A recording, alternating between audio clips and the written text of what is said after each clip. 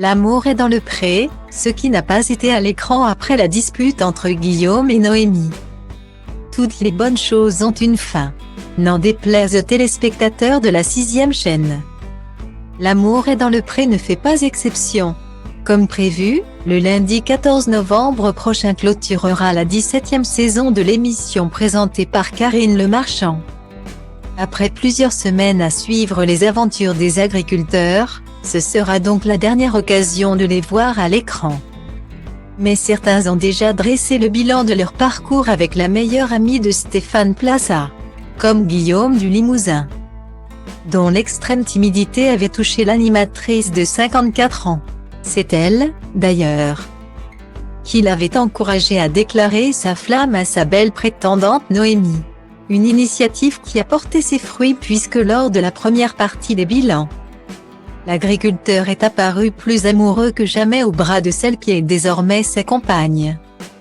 Pourtant, l'histoire d'amour entre Guillaume et Noémie a bien failli virer au drame lors du séjour à la ferme.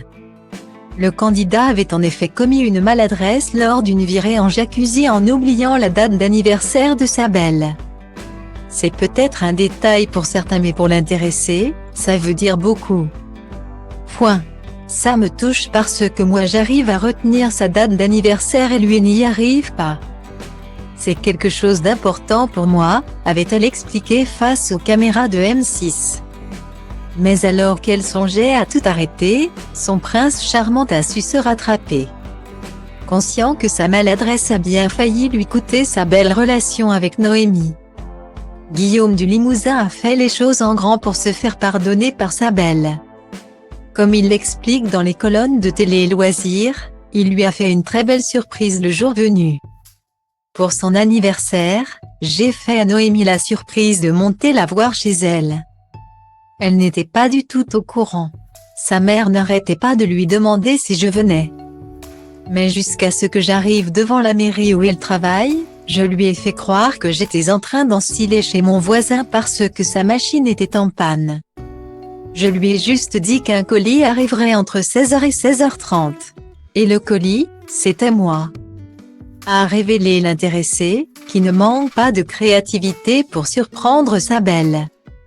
Quand j'ai toqué et qu'elle a ouvert, elle a pleuré. Elle a râlé gentiment parce que sa mère et sa meilleure copine étaient au courant et pas elle. Je lui ai répondu que c'était le but d'une surprise.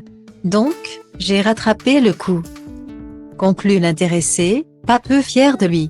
Rendez-vous l'année prochaine pour une autre surprise,